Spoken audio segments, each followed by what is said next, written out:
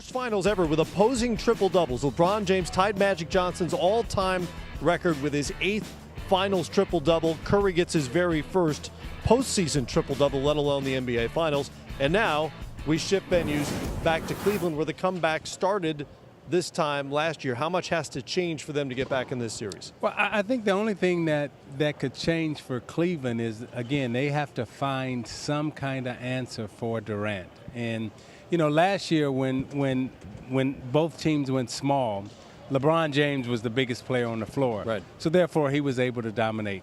Now when the team size down and they take their centers off the floor, Kevin Durant is the biggest player out on the floor. He's the tallest player out on the floor.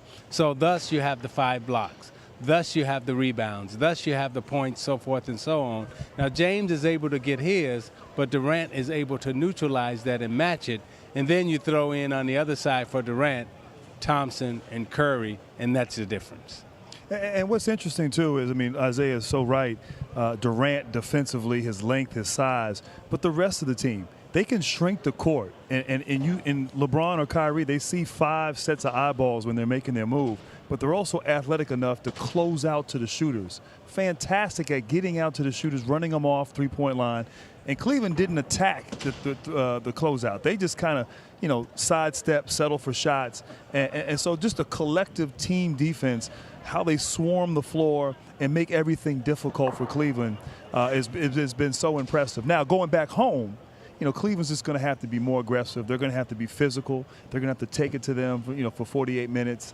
You know, it's a little bit different, obviously, when you're on the road now for Golden State. Right. Maybe the calls are a little bit different, the atmosphere, the environment. But this is obviously a must-win for Cleveland. They got to lay it all out there. And LeBron needs some help.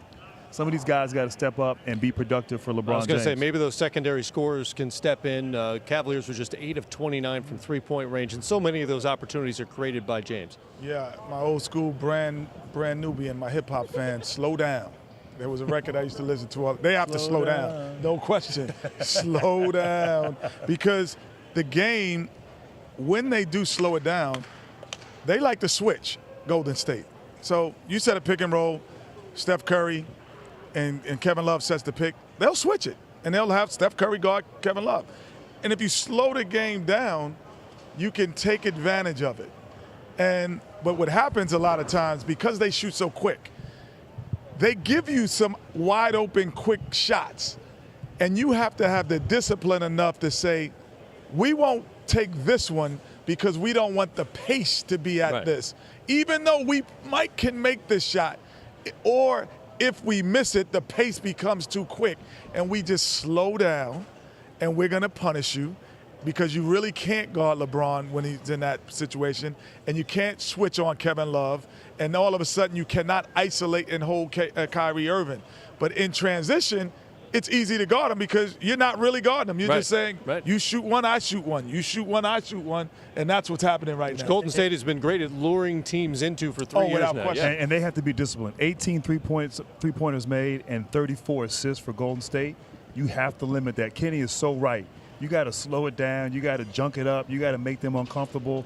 You talk about pace. You got to play at a pace. Offensively, you got to move the ball, be deliberate every possession. Because if you get up and down the court, whether here, Cleveland, wherever, Chapel Hill, this Golden State team is going to go up and down. I like and play that. well. Before you go, Isaiah, too, because Golden State shoots threes in transition. Yeah. Cleveland shoots threes out of half court. They could shoot the same amount of threes, but they have to shoot them differently. They cannot pitch ahead threes. Those are not those shots. They're in and out, penetration in and out if you're Cleveland. There's no real size on the Cleveland roster. That kind of went away when Andrew Bogut was hurt. Is there a rotation change, a lineup change ahead for the Cavaliers? They can't really go. There is no big lineup for the Cavaliers. The problem is the unicorn. You know, Durant is the problem. There's no matchup in the game of basketball for him. And when he has the wing players of Curry and Thompson, see, we can talk about last year all we want, but that guy wasn't here last year. Right. So therefore, you can size down, you can match up, you can mismatch, so forth. There's 2 flamethrowers on the opposite side of him, and Kyrie Irving has yet to get off because the gentleman that we had sitting here at the table, Klay Thompson, is one of the better defenders in the league. Right. You know, when you talk about the two-way players, the top two-way players in the league, you know, on the defensive side and the offensive side, you're talking about Kawhi Leonard, Klay Thompson, LeBron James.